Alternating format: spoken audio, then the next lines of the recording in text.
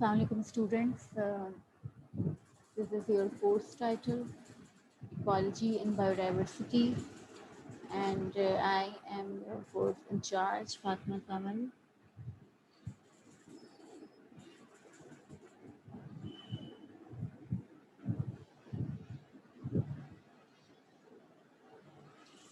अच्छा, आज के लेक्चर में हम जो है वो ब्रीफली जो है इंट्रोडक्शन देखेंगे कि what is ecology and what is biodiversity, ये कोर्स क्या है, इसका मकसद क्या है, क्यों पढ़ रहे हैं आप, एक्सेट्रा.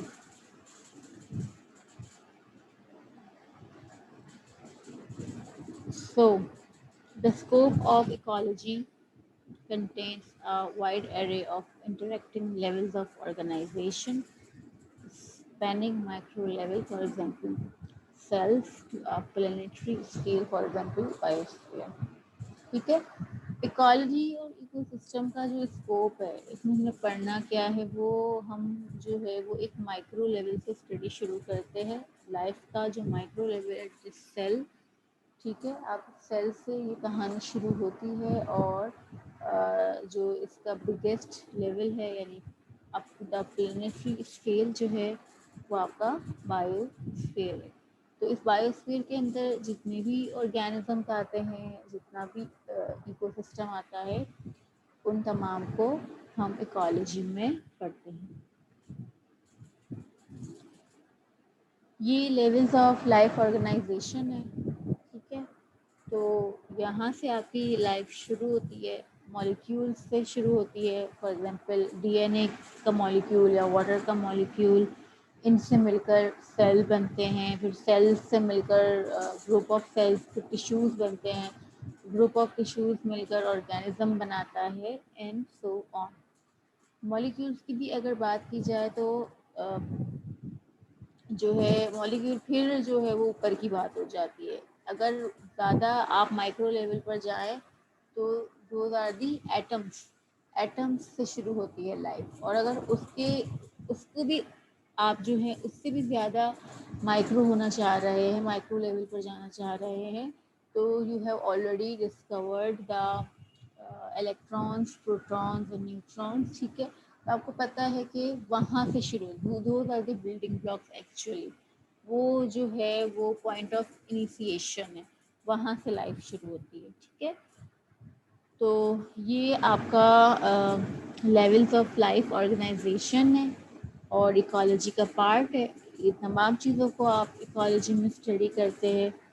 मॉलिक्यूल्स किससे बनते हैं? Group of atoms, smallest unit of most chemical compounds. ठीक है. मॉलिक्यूल क्या है?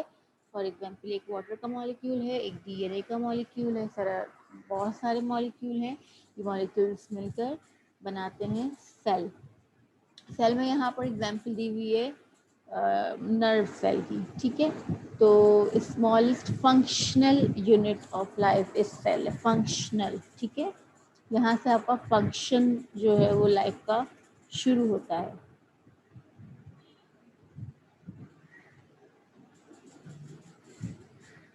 ये हो गया नर्व सेल.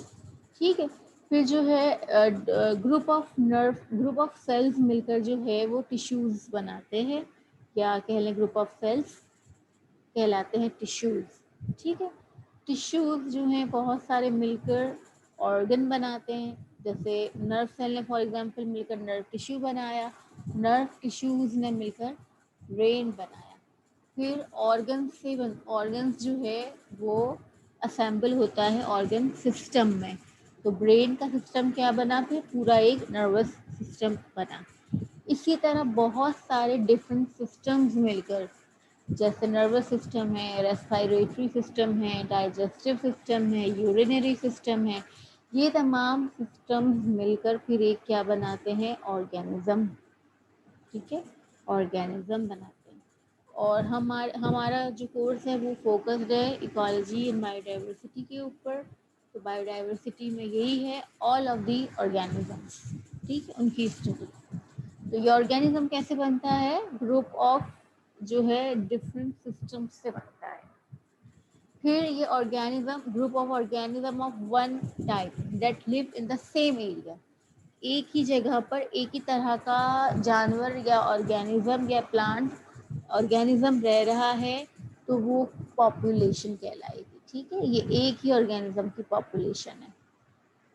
फिर उसके बाद डिफरेंट पॉपुलेशन एक साथ रहेंगी, यानी डिफरेंट ऑर्गेनिज्म है। ये कुछ है, ये कुछ है, ये कुछ है, ये अलग अलग सारी पॉपुलेशन है। ठीक है, कोई बर्ड है, कोई एम्फीबियन है, कोई जो है वो मैमल है, कुछ भी है। जैसे यहाँ पर हॉक, स्नेक, बाइसन, ये तमाम चीज़ें जो है मिलकर क्या बनाएगी, कम्युनिटी बनाएगी। ठीक है, कम्युनिटी फिर क्या आगे चल के क्या होगा, ये कम्युनिटी किसी नॉन लिविंग सराउंडिंग में रह रही होगी, किसी non living atmosphere, non living bio जो है लिथोस्फीयर, इनके ऊपर रह रही होगी, तो फिर अब वो इकोसिस्टम बनाएगी। नॉन लिविंग या एबायोटिक कंपोनेंट्स के साथ जब बायोटिक कंपोनेंट्स मिलते हैं तो हम उस जगह को इकोसिस्टम कहते हैं। मिसाल के तौर पर ये तमाम organism and along with stream, पानी, rocks, air, these are the abiotic and non living factors. तो इन बायोटिक ऑर्गेनिजम्स का इन एबायोटिक कंपोनेंट्स के साथ जो इंटरेक्शन है वो आपका इकोसिस्टम कहलाता है, और इसी इकोसिस्टम की स्टडी आपकी इकोलॉजी कहलाती है। ठीक है, इकोसिस्टम को फर्दर जो है ऊपर जाएं तो अर्थ पर जितने भी इकोसिस्टम है इन्हें कलेक्टिवली बायोस्फीयर कहा जाता है। ऑल ऑफ द इकोसिस्टम्स, यानी कहीं पर इक्वेटिक इकोसिस्टम है, कहीं पर पॉन्ड का इकोसिस्टम है, कहीं पर रिवर इकोसिस्टम है, कहीं पर डेजर्ट का इकोसिस्टम है, कहीं पर ग्रासलैंड है, कहीं पर फॉरेस्ट है। तो ये डिफरेंट इकोसिस्टम को कलेक्टिवली हम बायोस्फीयर कहते हैं। बायोस्फीयर अर्थ का वो हिस्सा होता है स्टूडेंट्स जहाँ पर लाइफ पाई जाती है, जहाँ पर life along with non life मौजूद है।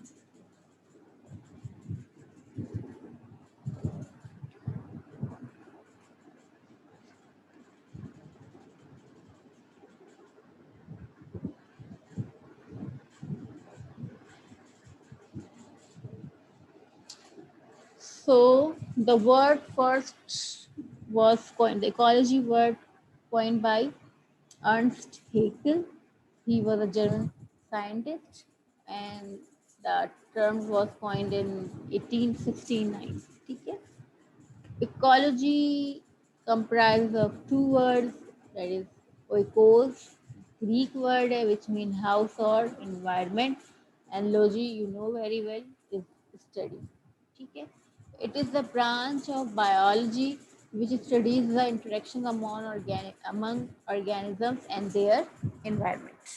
ठीक है, ये बायोलॉजी की एक शाख है ecology. Objects of study include interactions of organisms with each other and with abiotic components of the environment। ये बात अभी हमने डिस्कस की। टॉपिक्स ऑफ इंटरेस्ट क्या हैं इकोलॉजी में? जो मेन टॉपिक्स होते हैं वो होते हैं बायोडाइवर्सिटी, उनकी डिस्ट्रीब्यूशन, और बायोमास, ये पॉपुलेशन। ठीक है, इसके अलावा you study in this course cooperation, competition. ठीक है, among the species and within the species, ये चीज़ें आप इकोलॉजी में पढ़ते हैं।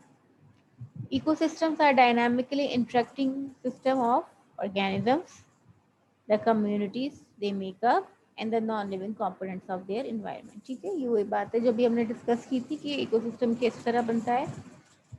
Ecosystem processes such as primary production, parogenesis, nutrient cycle, and niche construction regulate the flux of energy and matter through environment। ठीक है, इकोसिस्टम को पढ़ते हैं तो हम इकोसिस्टम में डिफरेंट प्रोसेसेस को भी पढ़ेंगे जिनकी सिग्निफिकेंस बहुत ज़्यादा है। इकोसिस्टम काम कैसे करता है, इकोसिस्टम चलता कैसे है, उसकी रिक्वायरमेंट्स क्या हैं और उसकी आउटकम्स क्या हैं, सर्विसेज क्या है, इकोसिस्टम आपको क्या सर्विसेज प्रोवाइड कर रहा है, क्यों हम इकोलॉजी पढ़ते हैं, क्यों इकोसिस्टम पढ़ते हैं, क्यों ज़रूरी है हमारे लिए। ठीक है, तो ये सब कुछ भी हम इस कोर्स में देखेंगे।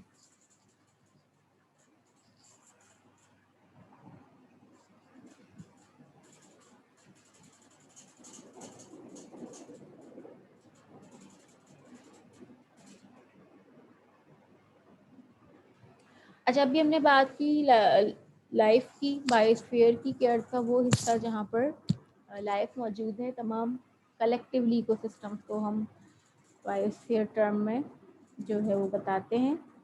अर्थ, आपको पता है कि अर्थ क्या है, सही है। अर्थ पर जो है वो 70% वाटर है, बाकी आपका अप टू 30 और 25% आपका टेरेस्ट्रियल इन्वायरमेंट है, लैंड है, ठीक है।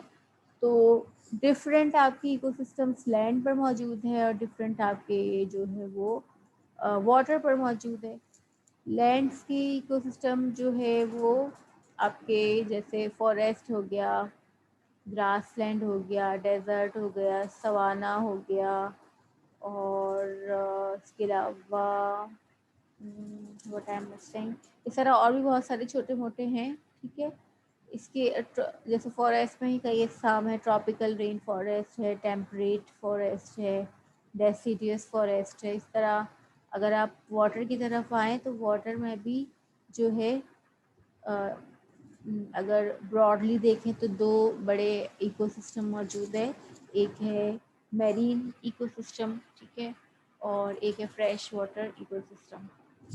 तो इनको भी, अच्छा, फ्रेश वाटर में भी फिर मज़ीद बहुत सारी डिविजन्स है, और मैरीन में तो आपका ओशियनिक जो है वो इकोसिस्टम पूरा आ जाता है। जो हमारे पास अर्थ पर टोटल वाटर मौजूद है, टोटल वाटर, उसको 100% तस्वुर करें आप।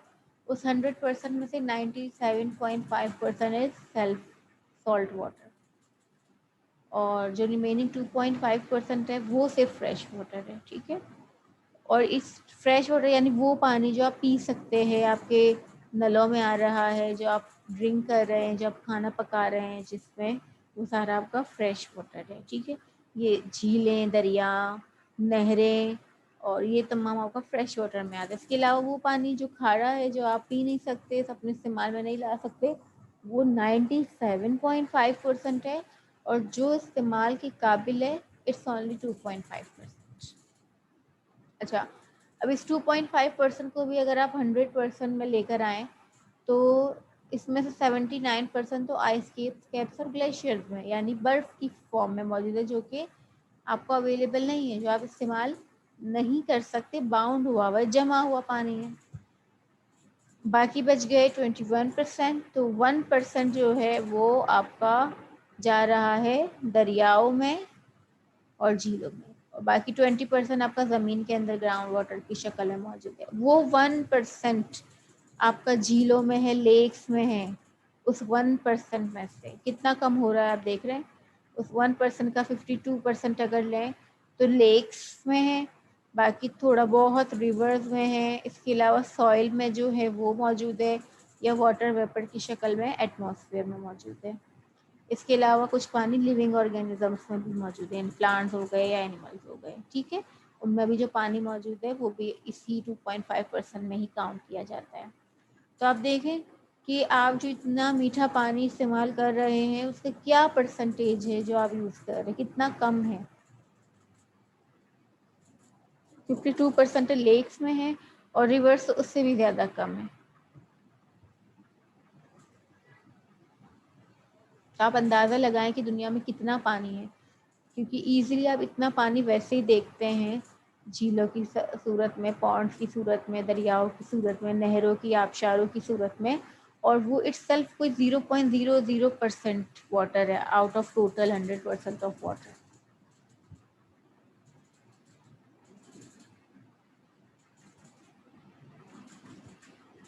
अच्छा, अभी हमने बात की इकोलॉजी की, जो दूसरा मेन कंपोनेंट है इकोलॉजी का वो है बायोडाइवर्सिटी। बायोडाइवर्सिटी क्या है, what does bio means, bio means life, you know very well, बचपन से पढ़ते आ रहे हैं।